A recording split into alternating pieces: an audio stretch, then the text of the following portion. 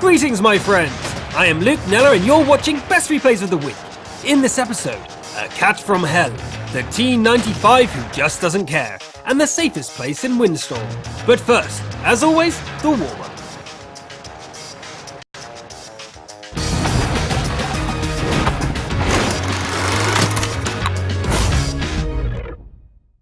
It begins at Abbey, where a nimble German E25 TD is left alone facing a Jagdpanther and an IS at the end of the battle. The enemies want to kill him, but they can't bring their guns to bear. The clock is ticking, and so the IS goes for the capture. Not so fast. The German TD goes into rapid-fire mode, and the red eyesore goes away. Unfortunately, there is a cost to playing a machine gun. Only 3 shells remain. Not to worry though, finishing off the Jagdpanther takes 2 shells and then it's time to reset the cap again. The last shell penetrates easily, but now what? Just charge in, headbutt the invader once and do a mocking dance in celebration of the draw. Such defense, much amaze. Wow, we move on. The warm-up continues on its, though maybe warm-up is not the right word. Admire the insanity is more like it. At the end of the battle, the Reds have a Matilda, whilst the Greens have a Matilda, a Lorraine, and a Valentine too. And the funniest part is that not many of the tanks have any shells left.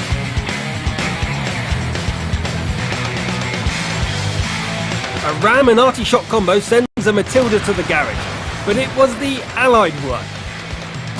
The poor Lorraine can't live with what he does and rage quits the game. The Valentine continues shooting at the Matilda that has decided to ram his opponent to death, the disconnected one. The Valentine can't take this any longer either and runs for the cap. The Matilda tries to ram, again. A chase in the cap zone ends in victory. Not really the kind of battle we want to see again, back to the more normal games. We return to Abbey for the conclusion of the warm-up. Here a tough and fearless Soviet Su-122-54 shows how to carry. It arrives to the enemy base and tries to decide which of the objects to shoot first, the 704 or the 261. Still hesitating. A miss on the 704, a hit on the 261, and another hit on the 704. A fierce look drives the T-54E1 into hiding, and the SU is free to finish off the Arty. Whilst the American is looking for his courage, our bold invader takes the opportunity to kill the enemy TD. Maybe it would be time to retreat, but instead he bounces the whole drum from his autoloader and in return is put to rest. This concludes the warm-up. Let's get to the awards. This week's Top Gun goes to the player Malo22, driving the legendary Hellcat. The mismatched couple of a Hellcat and a T-150 ends up on live oaks. Everything seems fine. The TD has 4 kills, but apparently the only ally who knew how to shoot was the Grill, who got 1 kill. That's all those 13 teammates could manage? So it's 2 against 10. Challenge accepted. Luckily the platoon mate does know how to shoot, but to not let him steal the spotlight, Malo destroys the Marder 38T. So far so good. The score is 7-13, and the best friends Hellcat and T-150 are still at full health. The T-150 makes his move and leaves the Hetzer burning on the battlefield. What a sight for sore eyes. Fat Max reveals himself and is taken out with a couple of shots. 6 kills now. The enemies keep rolling in.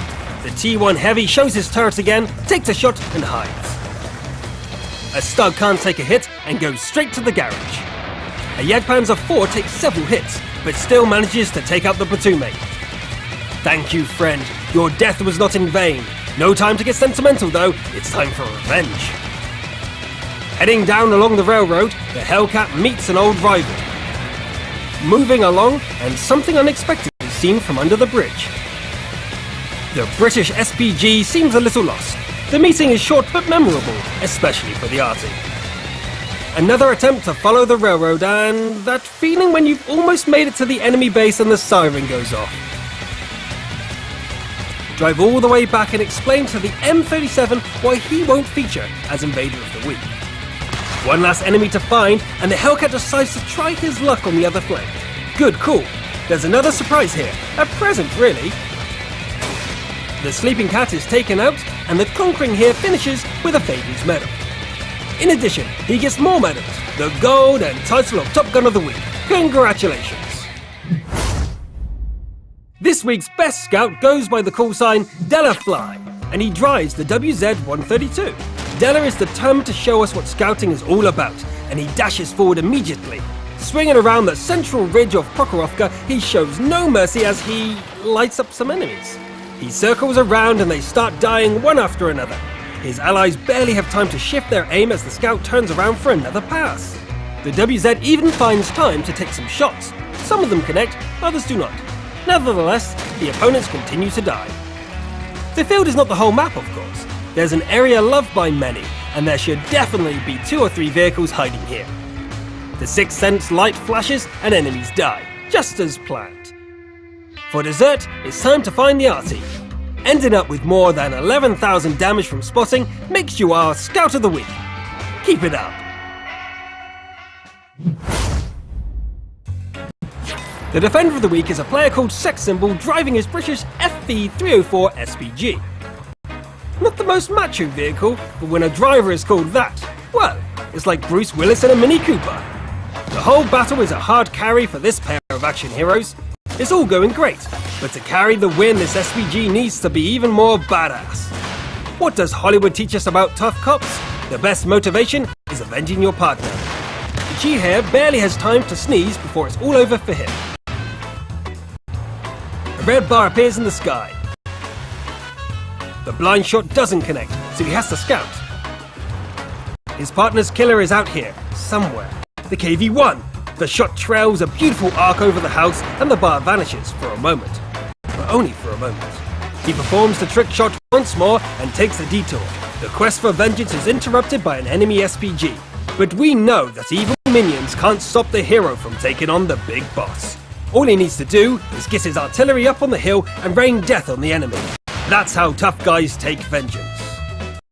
Killing the sleeping VK-3001H is too easy. Slept right through the movie. Shame on him. Shoot, garage. Heroes driving small, brave machines are not born. They are made. A great victory. The award for Steel Wall of the Week goes to Morgan Arp driving the T95. Here's the situation. A T95 at the top of the list. No arty. What do? The answer is simple. Turn towards the enemy line and drive forwards. It's not subtle, but a cheeky person owns half the world. People signal to him, shout, and even threaten him, but the Juggernaut has thick skin and is not bothered. He just keeps going. Sometimes he stops to reply to a particularly stinging insult. There is nothing the enemy can do. Well, they do penetrate his armor and even kill an allied T-32, but in the end, the score is a crushing 15-1. The T-95 even managed to cross the field. During the battle, the armor of the T-95 survived 84 hits with a total of 25,000 of potential damage. That's why we award the player Morgan Arp with the title of Steel Wall of the Week. Congratulations. And now we get to our top award, the Best Replay of the Week. The award goes to the player with the call sign Spaxtons for his game in his T-54. How dangerous do you think a platoon of 3 T-54s will be on Windstorm? Right, extremely. Especially because they can help their champion get to a place absolutely unreachable to the enemy. This spot is a sniper's dream to reach out and touch someone. He can see everything. In moments, the Su-122-54 turns from a dangerous war machine to a pile of scrap. A GW Tiger shares the same fate of the Soviet TD. The T-54 keeps pouring on the armor-piercing rain. An FCM-50T gets hit several times, but manages to get into cover. It's time to climb down, as the base is being captured. Who'd want to willingly leave such a comfortable nest? But victory is more important. The FCM is met again, and this time there's nowhere to hide. Only one ally is left, one of the platoon. It's more than enough to kill an enemy E-75. The base is still being captured, and our star finally sees the culprit behind it. A T-28 prototype. The cap is reset at 90% and don't even think about stopping there. Another reset. Suddenly, a T-54E1 sneaks up from behind. He's taken out quickly, but not before he manages to finish off the last remaining ally. No time to mourn, just don't follow him into death. The prototype knows how to shoot. The shot makes the T-54's crew speak in hushed voices, as a loud noise might make the tank fall apart. There's no retreat. The troublesome American makes a mistake and goes to the garage to analyze it.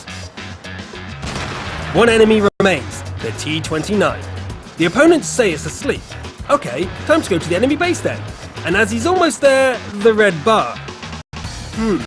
Either the T-29 can teleport, or someone just tried to deceive us.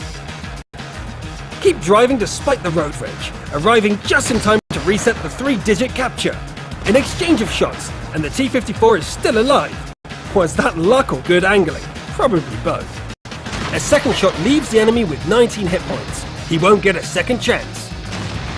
2 shots into the track, and he finally snatches the victory from the jaws of defeat. Determination, courage, a great battle and skilled play. All of this gets the player Spaxton's the well-deserved title of Best Replay of the Week. Congratulations! And that's all for today. You can see the link to how to get on Best Replays of the Week on your screen. To see more, like, subscribe and comment. I am Luke Neller. Thanks everyone, see you next time.